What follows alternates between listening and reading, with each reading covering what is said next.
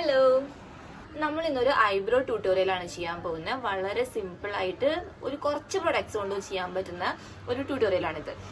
എന്താ വെച്ചാൽ ഇപ്പോൾ ഭയങ്കര ബോൾഡും ഭയങ്കര വലിയ ഐബ്രോസ്, ഡാർക്ക് ഐബ്രോസ് ആണ് ട്രെൻഡിങ്. അപ്പം നമുക്ക് അതുമാതിരി ഒരു ലുക്ക് ക്രിയേറ്റ് ചെയ്യാനാണ് ഞാൻ ഈ വീഡിയോയിൽ ചെയ്യുന്നത്. നിക്സിൻ്റെ ഐബ്രോ പെൻസിലാണ് ഞാൻ ഇതിൽ യൂസ് ചെയ്തേക്കുന്നത്. അതിൻ്റെ ഒരു സൈഡ് ഒരു ബ്രഷാണ്, അത് വെച്ച് നമ്മൾ ഐബ്രോ മുകളിലേക്ക് ബ്രഷ് ചെയ്ത് കൊടുത്തു. അത് കഴിഞ്ഞ് നമ്മൾ ഐബ്രോസ് പെൻസിൽ ഉപയോഗിച്ചിട്ട് ഐബ്രോന് ചുറ്റും ഒരു ഔട്ട്ലൈൻ കൊടുത്തു. ഇതെന്തിനാണ് ചെയ്തതെന്ന് വെച്ച് കഴിഞ്ഞിട്ടുണ്ടെങ്കിൽ നമുക്കൊരു ഔട്ട്ലൈൻ ഉണ്ടെങ്കിൽ അതിന് പുറത്തുള്ള അൺവാണ്ടഡ് ഹെയർസൊക്കെ കളയാൻ എളുപ്പമായിരിക്കും. ഇതൊരു നോർമൽ ഫേസ് റേസറാണ്. ഇത് വെച്ചിട്ട് ഞാൻ പുറത്തുള്ള അൺവാണ്ടഡ് ഹെയർസൊക്കെ കളയുകയാണ്.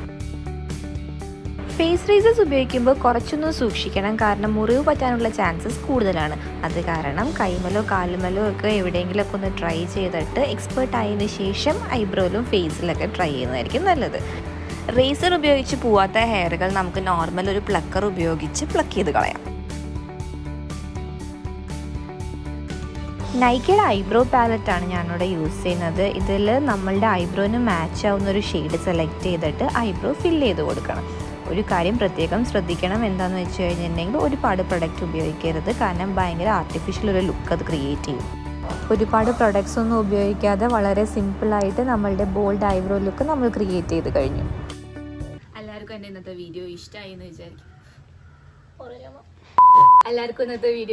വിചാരിക്കുന്നു. ഇഷ്ടമായെങ്കിൽ ലൈക്ക് ചെയ്യുക, ഷെയർ ചെയ്യുക, സബ്സ്ക്രൈബ് ചെയ്യുക, അറിയുന്നവർക്കൊക്കെ അയച്ചു കൊടുക്കുക. ഇനി ഞാൻ ഇതുപോലത്തെ ഒരുപാട് വീഡിയോസ് ആയിട്ട് വരും. അപ്പോൾ എൻ്റെ വീഡിയോസ് കാണണമെന്ന് വെച്ച് കഴിഞ്ഞിട്ടുണ്ടെങ്കിൽ സബ്സ്ക്രൈബ് ചെയ്യണം, ബെൽ ബട്ടൺ അടിക്കണം. അത്രേ ഉള്ളൂ. ബൈ.